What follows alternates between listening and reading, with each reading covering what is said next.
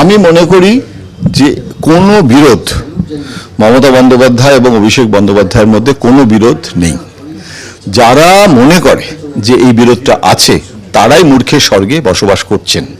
তার কারণ হচ্ছে দুজনের বয়স আলাদা এবং ভাইপো ভাইপো যে করে বিজেপি, ভাইপো কিন্তু মমতা বন্দ্যোপাধ্যায় শুধু অভিষেক বন্দ্যোপাধ্যায় নয়, আরো অনেক ভাইপো আছে।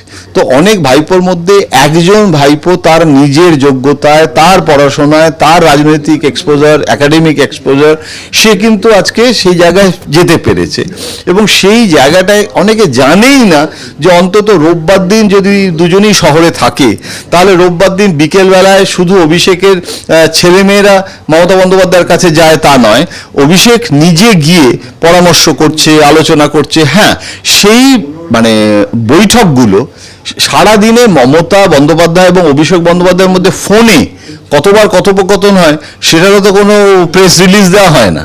সুতরাং আমি মনে করি দুজনের মধ্যে আন্ডারস্ট্যান্ডিং আছে। আর বিজেপি যত আক্রমণাত্মক হচ্ছে, যত ইডি এবং সিবিআই এবং আদালতের মাধ্যমে নানান রকমভাবে কৌশল করে মমতাকে ক্ষমতাচ্যুত করার চেষ্টা হচ্ছে, সেখানে কিন্তু আরো বেশি করে তারা ইউনাইটেড হচ্ছে।